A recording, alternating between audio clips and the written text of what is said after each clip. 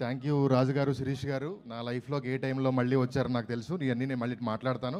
And ఇక్కడికి especially ఒక బ్యాండోడ్ cinema తీస్తే హైదరాబాద్లో ఉన్న బ్యాండోళ్ళు అందరూ కలిసి ఇక్కడికి వచ్చి అతనికి సపోర్ట్ చేసినందుకు బ్యాండ్ కమ్యూనిటీ మొత్తానికి thank you so much.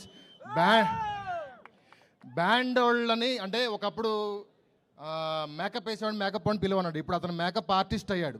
Hair చేసేవాడిని హెయిర్ వాడిని పిలువన్నారు, ఇప్పుడు హెయిర్ స్టైలిస్ట్ అయ్యాడు. కానీ బ్యాండోళ్ళు అని ఉండిపోయారు.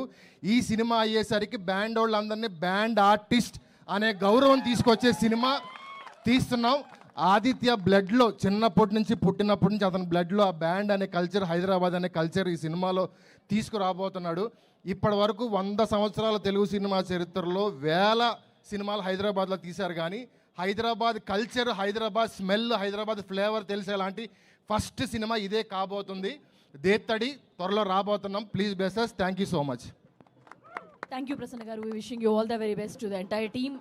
Thank you so much. మీరందరూ కూడా ఇంత వర్షంలో నిలబడి మా అందరి కోసం వచ్చినందుకు